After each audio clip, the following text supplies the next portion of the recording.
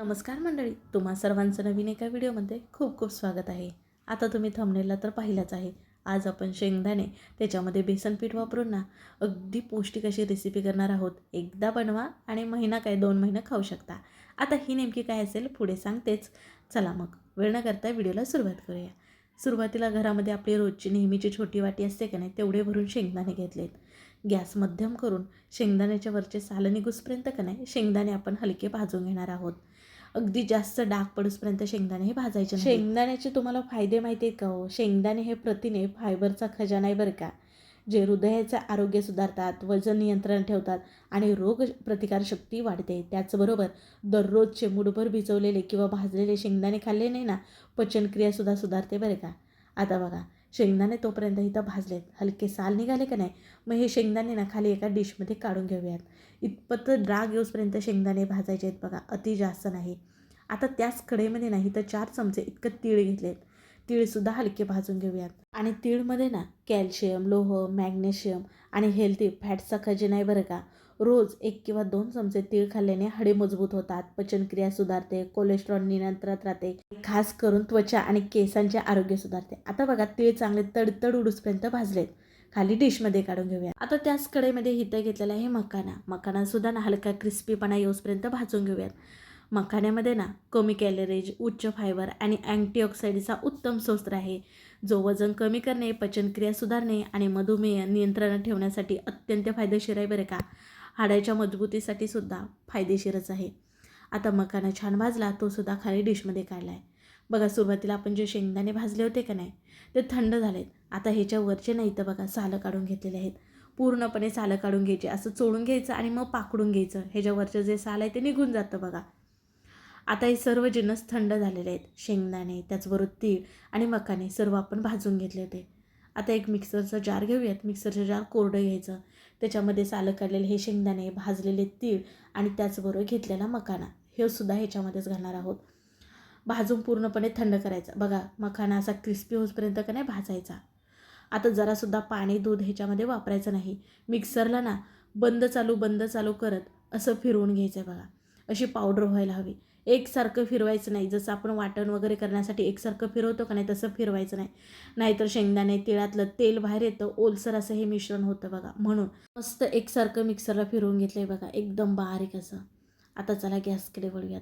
तर गॅसवरती 30 कढई ठेवले आणि बघा, जे आपण सुरुवातीला वाटी वापरली ना, 30 वाटी घेतली. 1 वाटी भरून इतकं आपलं बेसन पीठ घेतलेलं आहे आणि सेम वाटीने इतकं गव्हाचं पीठ घेतलेलं आहे बरं का. आता ही पिठं चाळून घेतलीत.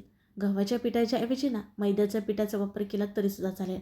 पण हे लाडू आपण पौष्टिक मुलांसाठी करत आहोत का नाही, म्हणून शक्यतो करून गव्हाच्या पिठाचा वापर करा. आता मंद आचेवरती का नाही छान आपण 2 ते 3 मिनटं भाजून घेणार आहोत, हलका रंग तांबूस येऊसपर्यंत.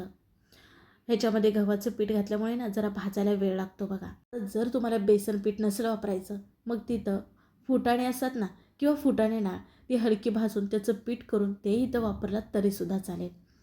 आता इथं बघा, 1 वाटी इतकं तूप घेतलेलं आहे. सेम वाटी घेतले बघा, ज्या वाटीने आपण बेसन पीठ आणि गव्हाचं पीठ मोजलं का नाही, तीच वाटी भरून इतकं घट्ट तूप घेतलेलं आहे. आता संपूर्ण आपल्याला 1 वाटी इतकं तूप लागणार आहे, पण एकदम घालायचं नाही बघा.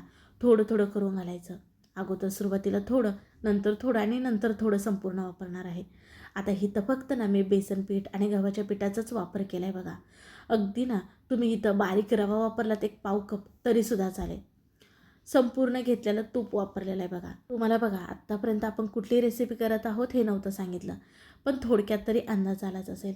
तर आता बघा, मुलांच्या परीक्षा सुरू आहेत की नाही, मग मधल्या वेळेस खाण्यासाठी ना मुलांसाठी पौष्टिक असे आपण हे लाडू करत आहोत बघा. ह्याच्या अगोदर मी तुम्हाला वेगवेगळ्या प्रकारचे लाडूचे व्हिडिओ दाखवले, जसं की ड्रायफ्रूट लाडू, तिळाचे लाडू, शेंगदाणा लाडू. त्याचबरोबर ह्याच्या अगोदर ना मी गूळ घालून फुटाणे ह्याचेसुद्धा लाडू दाखवले. आणि आज आपण एकदम आगळेवेगळे लाडू करत आहोत. ह्याच्यामध्ये जरासुद्धा ड्रायफ्रूट न वापरता अतिशय पौष्टिक असे हे लाडू पाहणार आहोत. आता इथं बघा, बेसन पीठ आणि गव्हाचं पीठ भाजण्यासाठी बराच वेळ लागतो बरं का. साधारण इथं ना मला जवळजवळ 12 ते 14 मिनटं लागलेत, हा रंग येऊसपर्यंत बरं का. असा तांबूस रंग येऊसपर्यंत भाजायचा आहे, मगच हे बेसन गव्हाचं पीठ भाजलं असं समजायचं. गॅस मात्र बारीक ठेवायचा. आणि नंतर बघा, आपण शेंगदाणे, तीळ आणि मखाण्याची पावडर केलेली होती ना, ती सुरुवातीला थोडी घालून मिसळून घेतली आणि उरलेली पुन्हा घालून सर्व मिसळून घेणार आहोत. खाली गॅस हा बारीकच ठेवलेला आहे बघा. तुम्हाला हवं तर तुम्ही सर्व ड्रायफ्रूट जसे की काजू, बदाम, अक्रोड, पिस्ता हे हलके फ्राय करून म्हणजेच की भाजून ना मिक्सरला पावडर करून त्याची इथं वापरलात पावडर तरीसुद्धा चालेल. तुम्ही तुमच्या आवडीनुसार ड्रायफ्रूट इथं घालू शकता. पण आज मी साधेच प्लेन हे लाडू करणार आहे, कारण ह्याच्या अगोदर तुम्हाला मी ड्रायफ्रूटचे लाडू दाखवले, शिवाय फुटाण्याचे लाडू दाखवले, त्याच्यामध्ये सुद्धा ड्रायफ्रूट टाकले होते. पण आता आज आपण ना ड्रायफ्रूट जरासुद्धा वापरत नाही, कारण शेंगदाणे, तीळ, मखाना हे खाणं खूप फायदेशीर आहे. म्हणून नाही ह्याचे मी लाडू इथं केलेले आहेत.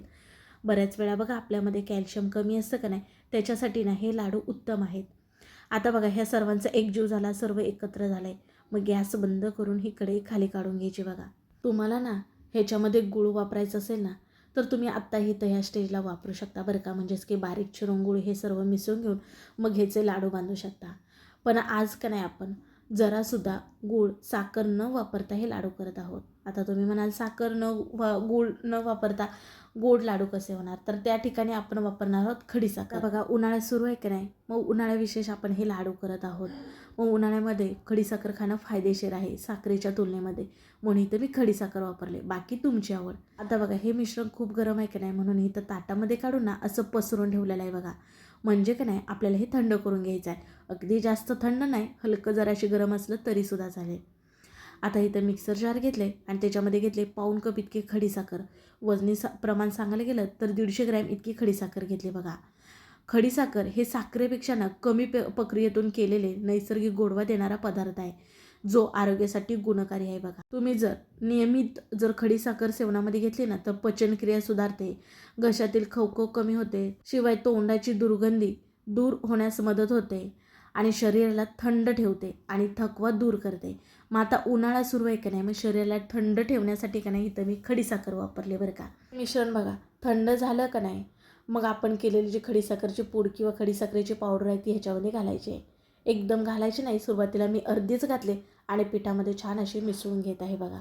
इथं मिश्रण नाही थोडंसंच मी खाऊन बघितलं बघा, तर गोडीचं प्रमाण जे आहे ना ते कमी वाटतंय. मग जेवढी आपण वाटलेली जी खडीसाखरेची पूड होती ना ती संपूर्ण इथं घालत आहे. गोडाचं प्रमाण काय तुम्ही तुमच्या आवडीनुसार कमी अधिक करू शकता. आता जर तुम्हाला साखर वापरायची असेल तर सेम तुम्ही ह्या पद्धतीनेच मिक्सरला बारीक करून साखरेची पावडर वापरू शकता.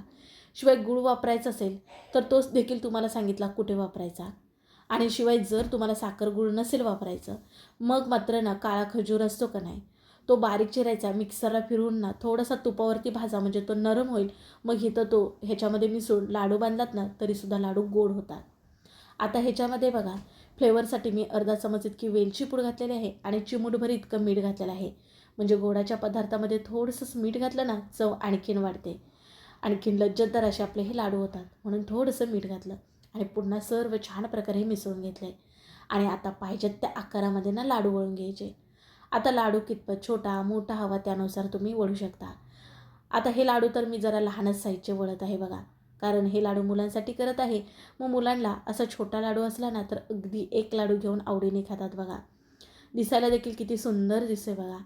ह्या लाडूमध्ये ना अगदी जास्तीचं काही साहित्यसुद्धा घातलं नाही, पण तुम्हाला जे आवडेल ते घालू शकता. जसं की सुकं खोबरंसुद्धा तुम्ही ना किसून हलकं थोडंसं भाजून ह्याच्यामध्ये घालू शकता, किंवा डेसिकेट कोकोनट म्हणजेच की नारळाचा भुराद असतो बघा, तो सुद्धा हलका भाजून तुम्ही ह्याच्यामध्ये घातलात तरीसुद्धा चालेल. बाकी तुम्हाला जे आवडतं ते तुम्ही इथे वापरू शकता बरं का. तुम्ही ड्रायफ्रूटचे काप किंवा पिवळे मनुके, काळे मनुके घालू शकता. बघा एक एक करून लाडू इथं वळून घेतले. अगदी लाडू वळायला देखील सोपं आहे बघा. बघूनच तुमच्यासुद्धा तोंडाला पाणी सुटलं असेल. अगदी छान पेड्यासारखे हे लाडू मऊ सूत झालेत.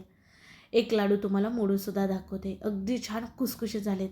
तुम्हीसुद्धा हे लाडू ना एकदा नक्की करून आम्हाला कमेंटमध्ये कळवा तुम्हाला हे लाडू आवडले का.